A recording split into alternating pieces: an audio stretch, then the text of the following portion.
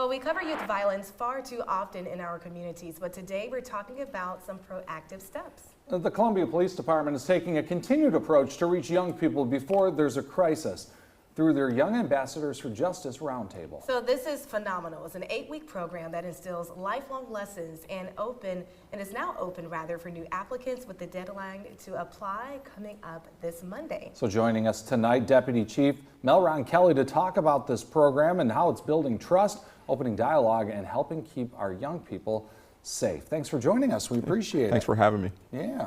Great. Well, give us an idea of how this all started, how long you've been doing it, and the difference that it's making. Okay. So in 2015, the Columbia Police Department had its Citizens Advisory Board created. So in 2016, I thought it possible to do the same thing, but with youth. We always want them to have a voice at the table as we're discussing things that impact their lives. So we developed this 8-week program starting in 2016, and over the course of weeks, we meet bi-weekly to discuss everything from life lessons to safe social media use and things like that.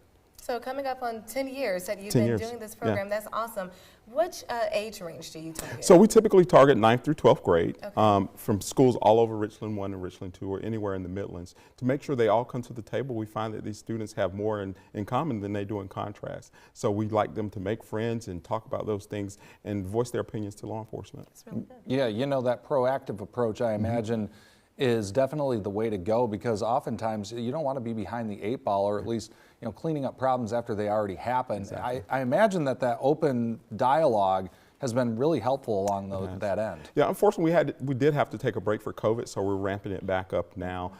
We got room for probably about 10 more students, and we just like to have those honest discussions. And we learn actually more from them than I think they do from us. So the officers learn everything from fashion to the latest music, and that sometimes helps me as a dad too. Yeah, really good partnership. And I understand that you've had so many successful students to go through this, a lot of them in college now. But what has been some of the results of these students being a part of this 8-week program? For us, it's being able to have them make those good life lessons, life choices, showing them the proper way to conduct themselves on a traffic stop, or how to make good decisions all the time. Those are the most enlightening things, to have them come back and tell us, what you taught me in those sessions helped me. That's the most important thing for us. Yeah, what are some of the big themes that you're hearing from young people these days as a result of some of these roundtable discussions? I imagine some might surprise you. Yeah. Well, that we as adults don't always listen, and how we can be better listeners and how to convey our message through them. I am not a good social media user, so we're hoping that they can show us some tips and tricks on how to better use social media and convey our message of safety to them. That's really good. We want to pull up the details so you can make sure that if you have a student interested, that they apply. The deadline is Monday, December 8th.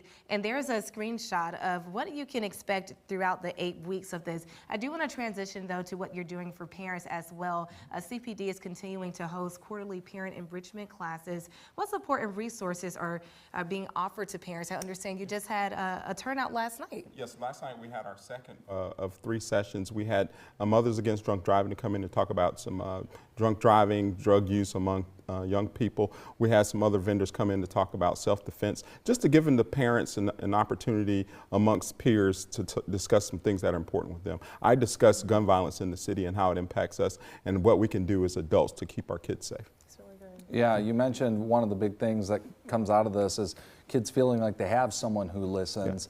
Yeah. What are some ways that parents can engage and talk to their kid, you know, to keep them away from violence? For us, advising them to have a period of time where there's no interruption, to have good dialogue and conversation, asking substantive questions, not just how your day, but what about your day was so important? What makes you feel unsafe, and how can I make you safer? Those are the questions that we want parents to ask, and relay those interests to us if they have to. All right, that sounds good. Deputy Chief Melron Kelly, thank you so much for Thanks joining for having us. Me. Once again, we want to pull up the details to show you how to apply for the Young Ambassadors program.